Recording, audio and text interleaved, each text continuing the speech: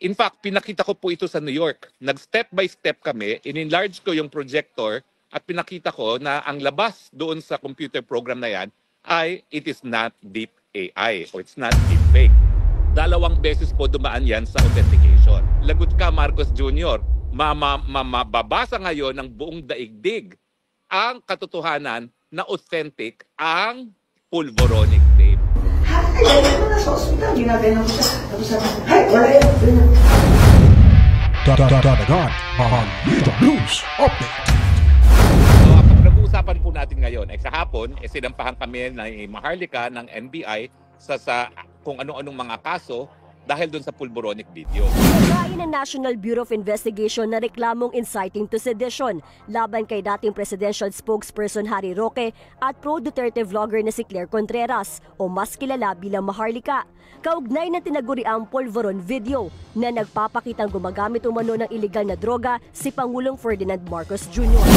Ang tanong, meron ba kaming krimen na ginawa? Walang unang-unang simula dyan sa ating diskurso ay ang pagpo-post ng video ng pulvoronic video. Yan po ay kabahagi ng malayang pananalita. Bagamat hindi po yan mga salita, yung video mismo po ay kabahagi ng malayang pananalita. Sina Roque at Contreras ang mga itinuturong nasa likod ng paglaganap ng video na nagdudulot umano ng kaguluhan sa publiko at paninira sa imahe ng Pangulo. Ayaw mo kay Presidente Marcos, mag-comment ka. Pero yung gagawa ka pa ng peke na istorya para masira lamang ang duly constituted authorities, hindi maganda yan. So meron pong presumption na lahat po ng kaso na isasampa na nanunupil sa malayang pananalita, yan po ang presumption ay labag sa ating saligang batas dahil yan ay labag sa ating Bill of Rights. Nauna nang sinabi ng NBI na deepfake o peke ang video. Matagal na namin yan na patunayan na AI generated, no? Through forensic presentation. Hindi ito nagagalit ang NBI dahil sa si BBM ang tinitira nila, kundi yung dahil sa pagpapalabas nila ng fake news. Sinampahan din na hiwalay ng mga reklamong unlawful use of means of publication and unlawful utterances, cyber libel at computer-related forgery si Maharlika. Sa isang live stream video, inamin ni Maharlika na siya naglabas ng Polvoron video pero para anya ito sa kamalayan ng taong bayan. Hiningi ng ABS-CBN News ang reaksyon niya sa reklamong isinampa ng NBI pero wala pa siyang tugon dito. Ang nangyari doon sa pulvoronic video, meron ba akong ginawa doon para magalit ang tao kahit kanino? Well, sa tingin ko hindi. Kasi hindi naman namin intensyon na galitin ng tao. Ang intensyon namin ay dapat, yan ay isang tanong. Yung pagpapakita ng video ay isang tanong. Ikaw ba, Mr. President, ikaw ba ay nasa tamang pag-iisip? Dahil kung hindi ka nasa tamang pag-iisip, paano ka makapagbibigay ng solusyon sa problema ng bayan? So in other words, yung aming pagpapakita ng video ay isang tanong. Nasa sapat ka bang pag-iisip para ikaw ay manungkulan? In fact, ito po ay ang tinatawag na covered by privilege. Bakit? Kasi siya po ay nanunungkulan sa gobyerno.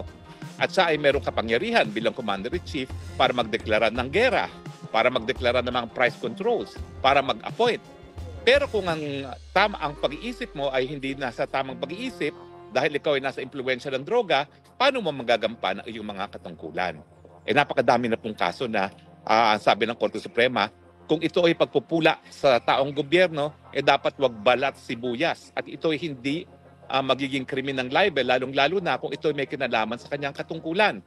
Ang tanong, ang pagiging bangag ba may kinalaman niya sa pagiging presidente? Abay, siyempre, dahil kung ikaw ay nasa posisyon ng presidente, pinakamataas na posisyon sa ating bayan, yung pinakamataas sa sangay ng gobyerno na nagpapatupad ng batas, unang-una, yung paggamit ng droga, yan po ay illegal. Yan po ay labag sa batas. So paano mo mapapatupad ang batas kung yan ay ikaw mismo ay lalabag? Pangalawa, yun nga po, yung kinakailangan nasa tamang pag-iisip. Meron kang tamang judgment. So sa amin, hindi para magalit kay Presidente yung aming intention dyan. Kung hindi, kinakailangan sagutin ni Presidente. Ikaw ba ay lumalabag sa batas? Ikaw ba ay nasa tamang pag-iisip? Now, siyempre, yung dalawa pang klase ng sedition, yung pagpigil sa trabaho ng gobyerno, wala naman kaming ganung ginawa, no?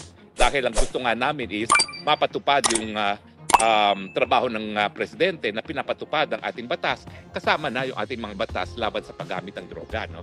At hindi na siya mismo ang gagamit ng droga, no? Now, intention din ba namin magkagulo? Ay hindi po. Dahil ang intention namin talaga ay sitahin ang mga taong gobyerno at siguraduhin na sila ay nasa tamang pag-iisip para magawa ang kanilang trabaho. So ibig sabihin, dahil ito po ay isang tanong at sabihin na natin pagpupula sa kanyang kahinaan ng kanyang personalidad at ng kanyang pagkatao, sinisiguro namin na ang pinakamataas na posisyon sa ating bansa ay dapat nasa sapat na pag-iisip para gampanan ang kanyang trabaho. Kaya sa tingin ko, walang intent to commit sedition. Okay. Now, bukod pa dyan, yun na nga yun, sinabi ko, no? Ito po ay tinatawag na privilege communication. Bakit privilege? Kasi nga po, ito ay pula. Ito ay isang tanong sa taong gobyerno na dapat sagutin. Dahil talaga namang nakakaapekto ang pagiging addict sa katungkulan ng kahit sinong taong gobyerno, di ba po? Kung ang mga ordinary addict, hindi natin pinapapasok sa ordinaryong mga trabaho. For instance, kinakailangan ko magiging security guard. Ikaw ay magiging police, dapat meron kang drug test. Hindi ka po pwedeng magmaneho kapag positive sa drugs, magiging presidente pa. Tapos sasabihin nila, sedition daw yan. Kalokohan naman yan. Now, dahil sinasabi na nga natin na constitutionally protected speech yan, anong dapat gawin ng gobyerno? Well, ang dapat gawin ng gobyerno, tanungin ang presidente. Ikaw ba yan? Hanggang ngayon, di nga sumasagot ang presidente kung siya yung nasa video Pangalawa, nasa tama ka bang pag-iisip? O bakit hindi ka magpa-hair follicle test? Sinasabi nila na kami daw ang merong burden na patunayan na gumagamit siya. Hindi po. Kasi nga, nandyan yung video na yan, kinakailangan addressin ng presidente. Nagkaroon na po ng reversal of burden of evidence and burden of proof. Kinakailangan siya magsabi na peke yaang video na yan. Ano bang ginawa namin? Anong ginawa ko bago ko pinakita yung video na yan? Meron po kasing program sa internet mismo na makakapag-determine kung yan ay deepfake. So bago ko po ginamit yan, bagamat nakita ko na yan sa page ni Maharlika, ipinasok ko po yan sa program na yan. At matapos na ipinasok sa program, ang lumabas na conclusion ay hindi siya deepfake.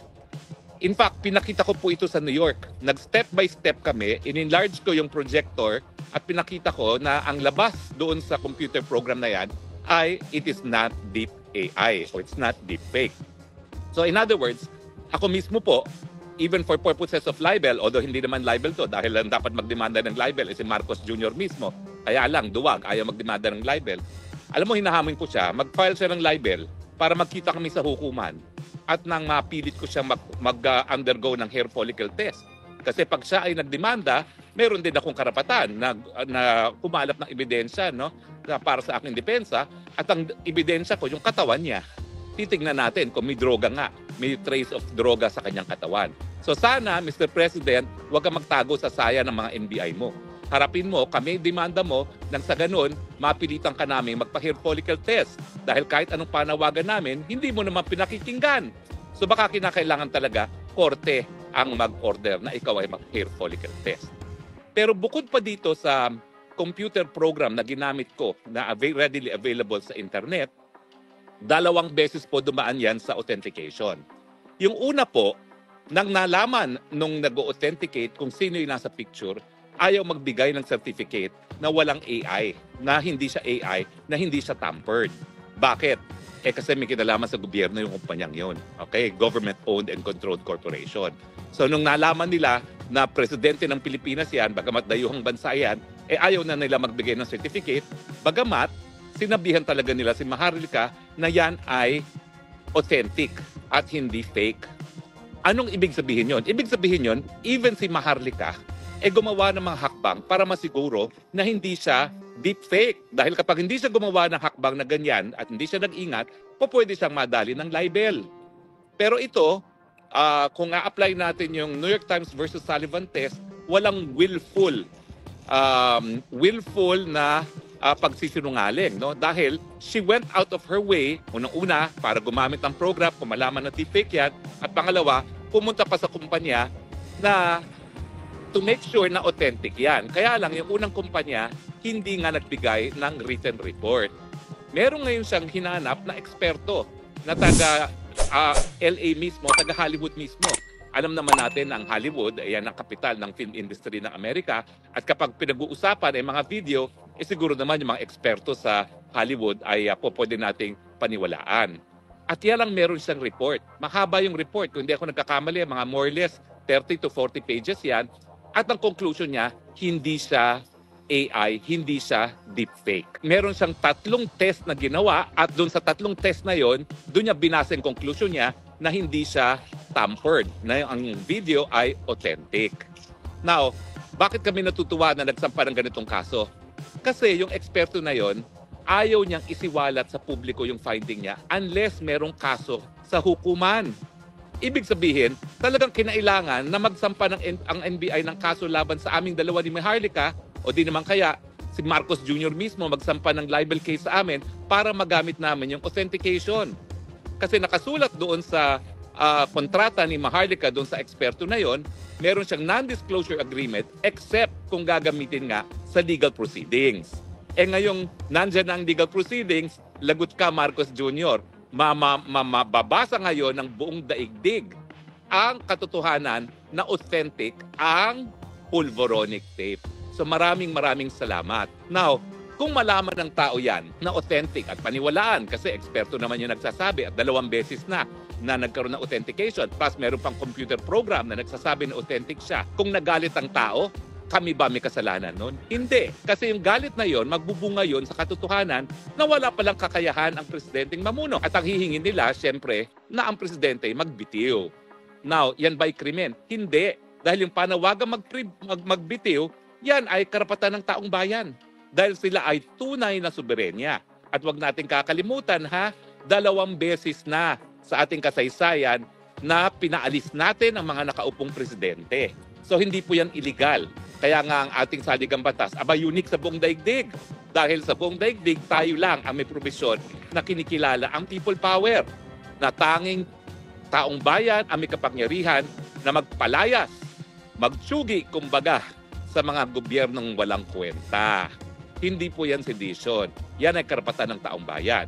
At kung ako'y mananawagan, ayan na, pag nakita nyo na authentication, pag naisa publiko na namin, wala nang kaduda-duda na hindi yan deepfake, anong gagawin ninyo? Bahala kayo magdesisyon, wag lang kayo gagamit ng dahas. Ang gumagamit ng mga dahas ay gaya ng mga lukulukong mga trililing na gumagamit ng dahas pero nag-i-stay sa 5-star hotel at sinisimot yung laman ng kitchen. Okay? Yun po ang tinatawag na kudeta. Yung paggamit ng dahas na walang suporta naman ng taong bayan. No? Now, yung aming mga ginagawa ni Maharlika, pwede ba maging seditious yan talaga? Hindi po, miski sabihin na natin may mga ibang tao magagalit. Bakit? Kasi wala pong clear and present danger. Yan po ang importante. Kapag pananalita lamang at wala ka namang kakayahan para talagang patumbahin ng gobyerno at walang clear and present danger, yan po ay sakop ng karapatan ng malayang pananalita. So makikita po talaga natin ay talagang binigyan lang kami ng pagkakataon ni Director Santiago na mapakita, masiwalat sa buong bayan yung authenticity ng pulboronic video. Kaya nga po, nagpapasalamat kami. At taong bayan, ang pangako ninyo, ngayong naririto ng pagkakataon para mabasa ninyo ang authentication report, maghusga naman kayo. Huwag na kayong magpa-petiks-petiks. Pag sa tingin nyo talaga na naniniwala kayo sa report na authentic yan at wala sa tamang pag-iisip ang ating presidente, maghusga naman kayo, please. Dahil baka mamaya, wala ng 2028 ang Pilipinas kung mag-aantay pa tayo at papayagan natin ang mga tao wala sa tamang pag-iisip na mamuno. Hindi po krimen yan. Kasi taong bayan ang tunay na soberenya sa ating Republika ng Pilipinas. Suma total, meron bang incitement to sedition? Wala.